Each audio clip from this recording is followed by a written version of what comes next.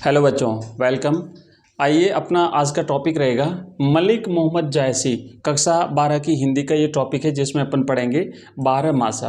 तो ये जो टॉपिक है इसमें मलिक मोहम्मद जायसी ने जो चित्तौड़ के राजा रतन सेन जब सिंहलदीप की राजकुमारी पद्मावती से विवाह के लिए चले जाते हैं तो पीछे इनकी जो पत्नी नागमती रहती है, तो नागमती के विरह का वर्णन जो है वो इसमें किया गया है। ठीक है, तो उसी को अपन पढ़ेंगे। 12 मासा से तात्पर्य है 12 महीनों में अलग अलग महीने में अलग अलग जो अनुभव होता है, अनुभूति होती है नागमती को, उसके अलग अलग जो भाव होते हैं उसका महीने के हिसाब से वर्णन किया है कवि ने, इसीलिए इसका नाम 12 मासा दिया है। अपने इस जो कविता है 12 मासा, उसमें खाली 4 महीने जो शीत ऋतु के 4 महीने होते हैं, उसमें 4 महीनों में उसके जो अनुभव हैं भिन्न भिन्न हर महीने में उसको यहाँ पे बताया गया है, तो वो अपन यहाँ पे देखने वाले हैं। आइए देखते हैं। यहाँ पे सबसे पहला जो पद है, मैं पहले एक बार पद पढ़ लेता हूँ, उसके बाद फिर अपन देखेंगे इसके कठिन शब्दार्थ बता दूंगा मैं, और फिर अपन करेंगे इसकी व्याख्या। तो देखो कवि क्या कहता है यहाँ पे।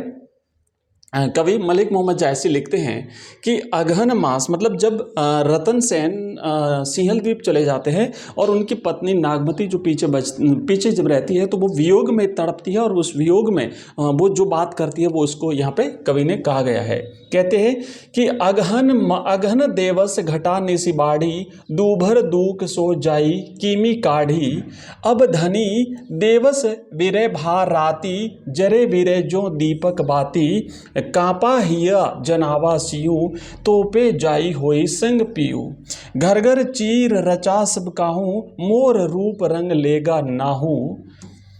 आगे कहती है कि पलटी न बहुरा गा जो बिछोही, अब फिरे फिरे रंग सोई, सियरी अगिनी बिरहीन ही जारा, सुलगी सुलगी दगधे में भेछारा, यह दुख दगद न जाने कंतु, जोबन जन्म करे भस्मंतु।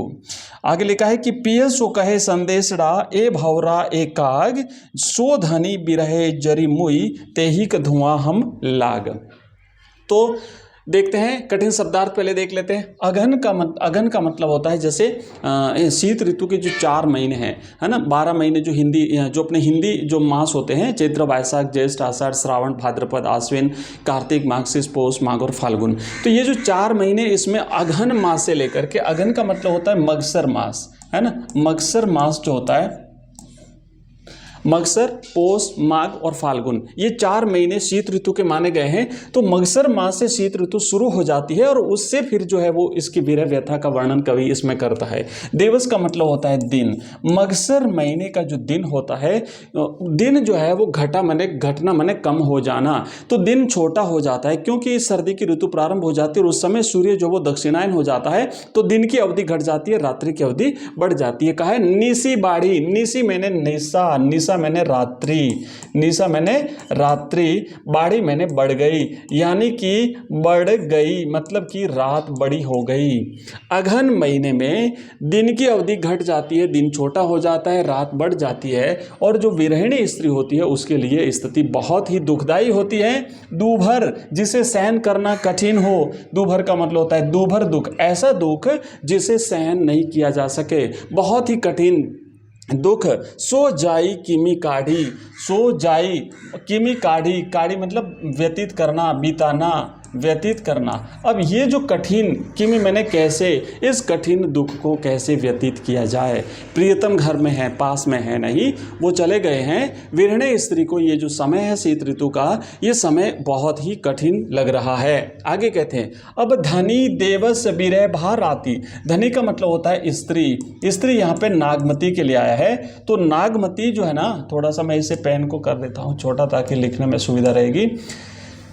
स्त्री मैंने नागमती, देवस मैंने दिन, विरह मैंने, विरह का मतलब होता है विरह, है ना, विरह जो था उसका वियोग जो था, भा मैंने हो जाता है राती, तो विरह जो है वो तो हो गया है रात, और स्त्री जो है वो हो गई है दिन। मतलब यहाँ पे नागमती, तो नागमती की स्थिति होगी दिन के समान, दिन छोटा हो गया है, दिन इस समय छोटा हो गया शीत ऋतु अगन मास में, मगसर मास में, तो दिन की अवधि छोटी हो गई। उसी रूप में नागमती विरह व्यथा के कारण दुबली हो गई है, दुर्बल हो गई है, कमजोर हो गई है, और विरह जो है उसका का वो भाराती राती मैंने बढ़ गया, मतलब रात बड़ी हो जाती है तो इसलिए उसका वीर्य भी जो है वो रात के समान बड़ा होता जा रहा है, लंबा होता जा रहा है।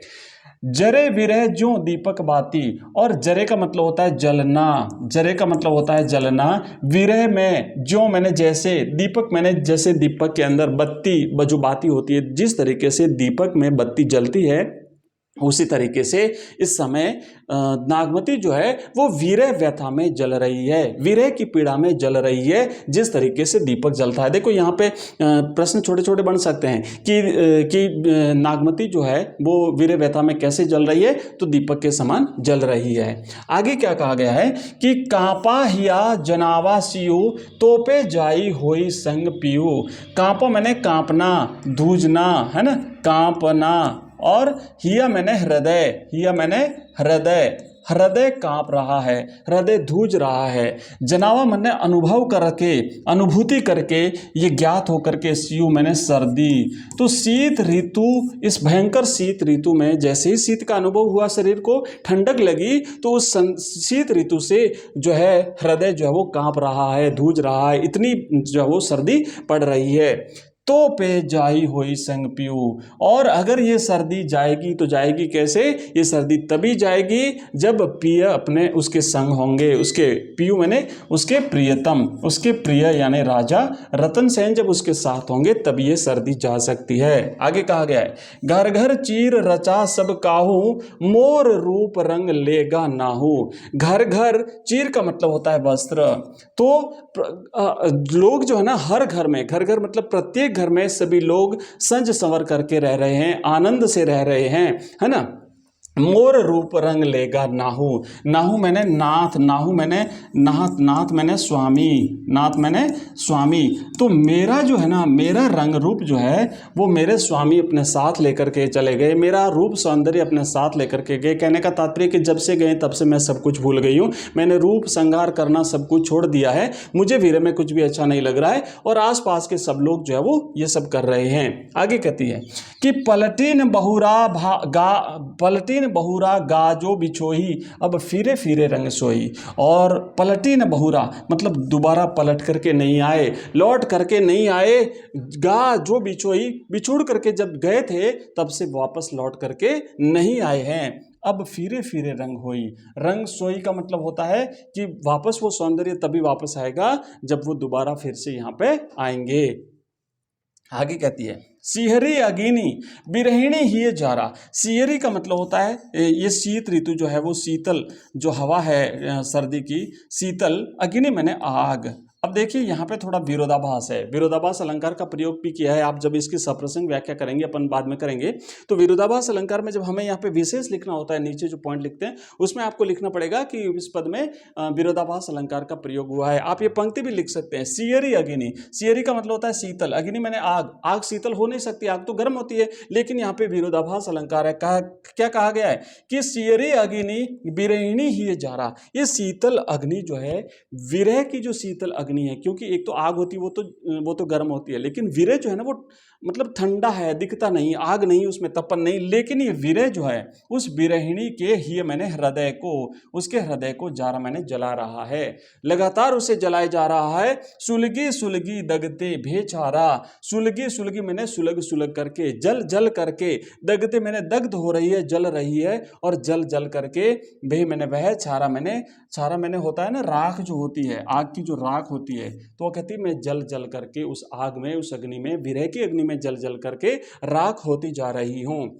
यह दुख दगत न जाने कंतु, कंतु का मतलब होता है पति। मेरा ये जो दुख है वो मेरे पति को नहीं पता, उन्हें नहीं पता कि मैं कितना दुखी हूँ। यह दुख दगत न जाने कंतु, जोबन जन्म करे भस्मंतु। जोबन का मतलब होता है यौवन, और ये जो दुख है, ये विरह रूपी जो अग्नि है, ये मेरे यौवन को और मेरे जन्म माने मेरे जीवन को भस्मंतु मैंने जला के भस्म कर रहा है, नष्ट कर रहा है, ये दुख विरह का। आगे कहती है, पिय सो कहे संदेशड़ा, हे भौरा एकाग, सो धनी बिरहे जरी मुई, तेहिक धुआं हम लाग। अब वो अपने प्रियतम को कौवे और भांवरे के माध्यम से संदेश भिजवाना चाहती है और वो कहती है कि हे भौरा और हे काग, हे कौआ, आप तो प्राचीन समय से संदेशवाहक रहे हो, आप तो संदेश ले जाने का काम करते रहे हो, आप सब जगह जा जा करके संदेश पहुंचाते हो, मेरा भी एक संदेश पहुंचा दो। तुम मेरे पिय से जा करके ये कह दो कि तुम्हारी धनी मैंने स्त्री, बिरहे मैंने विरह में जरी मुई, उस विरह की अग्नि में जल करके मर गई है, तेहिक धुआं हम लाग, और उससे जो धुआं उठा है वो धुआं हमें लग गया, तो हम भी उस धुआं की वजह से काले पड़ गए। क्योंकि कौवा भी काला होता है और भंवरा जो होता है ना वो भी काला होता है, ब्लैक कलर का जो भंवरा होता है। तो वो जो काला कलर रंग जो है ना, वो इस यहाँ पे ये कह रही है कि भाई ये आपका काला कलर मेरे धुआं की वजह से हुआ, ऐसा कह देना। तो इस तरीके से हमने देखा, ये पहला पद की हमने जो है वो उसका भावार्थ देखा, इसके कठिन शब्दार्थ देखे। और अगर आपको ये वीडियो पसंद आ रहा है तो इसी प्रकार के हमारे सारे जो वीडियोस हैं वो अगर आप देखना चाहते हो तो आप हमारा ऐप डाउनलोड कर लीजिएगा। एजुकेशन राइज नाम से हमारा ऐप है, प्ले स्टोर पर मिलेगा आपको। इस वीडियो के डिस्क्रिप्शन में लिंक दिया हुआ है, एजुकेशन राइज। वहाँ पर हमने कंप्लीट कोर्स बना के रखा है, पूरा कोर्स मिलेगा आपको, सारे चैप्टर्स वाइज, व्याकरण, ग्रामर, सब कुछ वहाँ पे आपको मिलेगा। पीडीएफ मिलेगी, वीडियो लेक्चर्स मिलेंगे, ऑनलाइन टेस्ट मिलेंगे, एमसीक्यूज, क्वेश्चन आंसर, सब कुछ आपको वहाँ पे मिलेगा। हिंदी का कोर्स है, इंग्लिश का है, हिस्ट्री, पॉलिटिकल साइंस, ज्योग्राफी, सारे सब्जेक्ट के कोर्स आपको मिलेंगे। ऐप हमारा डाउनलोड कर लीजिए, इस वीडियो के डिस्क्रिप्शन में लिंक दिया हुआ है, या फिर आप हमारा नंबर है नोट कर लीजिए, उस नंबर पर आप हमें मैसेज कर दीजिएगा। वहाँ पर आप हमें टेलीग्राम और व्हाट्सएप मैसेज करेंगे, वहाँ पर आप नंबर लिख दीजिए 9079622989। इस नंबर पे आप हमें टेलीग्राम या व्हाट्सएप मैसेज कर सकते हैं। मिलते हैं नेक्स्ट वीडियो में नेक्स्ट पद के साथ, तब तक के लिए बाय, थैंक यू, धन्यवाद। अगर आपका कोई कमेंट हो, कोई क्वेरी हो तो इस वीडियो के कमेंट बॉक्स में कमेंट कर दीजिएगा। Thank you, bye.